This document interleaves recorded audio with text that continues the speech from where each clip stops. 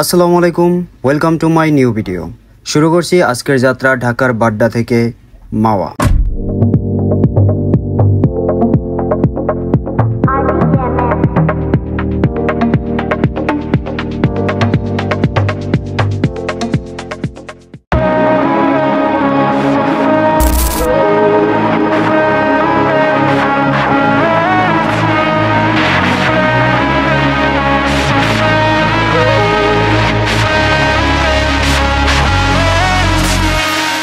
আজকের ভিডিও অনেক বেশি স্পেশাল হতে চলেছে গাইস, কারণ এই মাওয়া ট্রিপসে আমার সাথে আমার ভাই ব্রাদার্সরা আছে। সো বুঝতেই তো পারতেছেন আজকে সত্যিই খুব এনজয় হবে এবং আপনাদের সম্পূর্ণ এনজয়েবল সব মোমেন্টস গুলো এই ভিডিওতে শেয়ার করব। অবশ্যই ভিডিওটি আপনাদের ভালো লাগবে, সো আমাদের সাথে আপনারাও এনজয় করুন।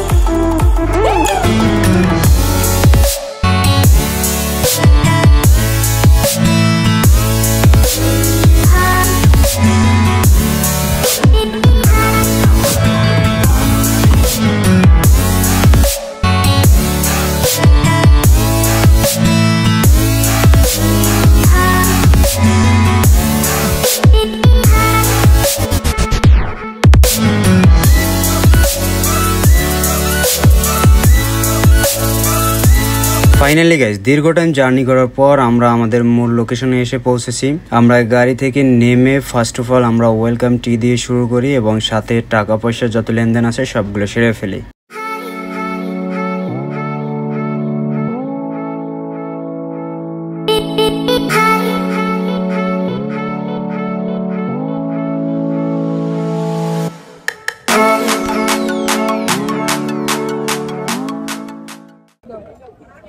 কই টাকা দাও, টাকা দাও, টাকা দাও, চা পরে খাও। হ্যাঁ দাও দাও, সুন্দর। কই এ দেয় না কা এটা এ দেবে। আমার কাছে আপাতত নেই, আমি 2000 নিয়েছি তো 1600টা ওন দিলাম। 2000 দিয়ে দিস না, ওটা টাকা লাগবে। এই যে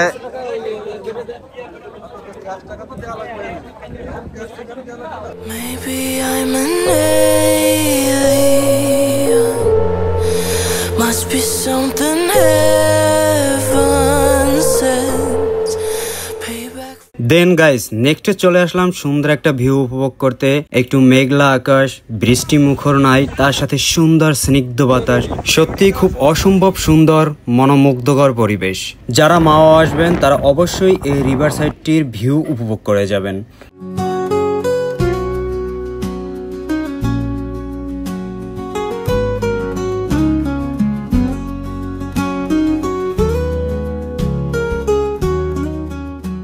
গাইস নেক্সট আমরা ইলিশের জন্য রেস্টুরেন্টে চলে আসি, যে ইলিশ খেতে হাজারো মানুষের ভিড় জমে। এখানে একটা রেস্টুরেন্টে এসে ইলিশ দেখলাম।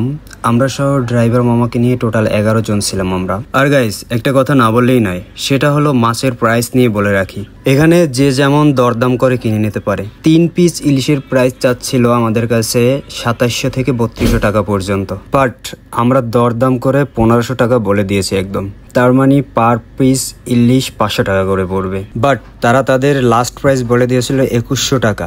আমরা রাজি না হওয়াতে সেখান থেকে চলে আসি আর একটা রেস্টুরেন্টে এবং এই পাশের রেস্টুরেন্টে এসে আমরা 1500 টাকায় অনলি 3টা মাছ পেয়ে যাই। মাছগুলো ভালোই বড়ই ছিল, পার পিস 800, 850 কি 900 গ্রাম করে হবে এরকমের। তারপর প্রসেসিং শেষে ভাজির জন্য সবার সাথে দাঁড়িয়ে অপেক্ষা করি।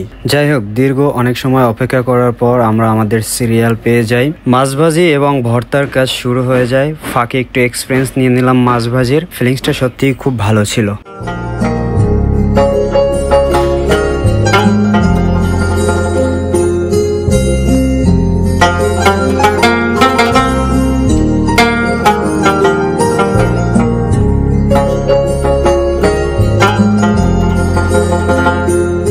গাইস মাছ ভাজি এবং ভর্তা শেষে আমরা খাবারের জন্য টেবিলে চলে যাই। এত সুন্দর খাবার রেখে বসে থাকতে ইচ্ছা করছিল না, তাই সবাই মিলে খাবারটা সেরে নিচ্ছিলাম। খাবার সম্পর্কে যদি বলতে যাই তাহলে বলবো সত্যি খাবারটি চমৎকার মজাদার ছিল।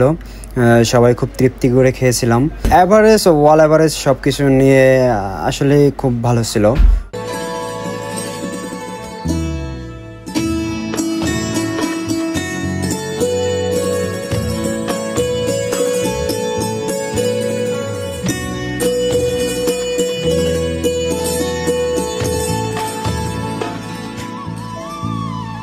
সো গাইস, আজকের ভিডিওটি এই পর্যন্ত। আশা করছি ভিডিওটি আপনাদের কাছে ভালো লাগছে। যদি ভালো লেগে থাকে তাহলে অবশ্যই লাইক, কমেন্ট এবং সাবস্ক্রাইব করতে ভুলবেন না। সো দেখা হচ্ছে পরবর্তী কোনো এক ভিডিওতে। ততক্ষণ ভালো থাকুন, সুস্থ থাকুন। আল্লাহ হাফেজ।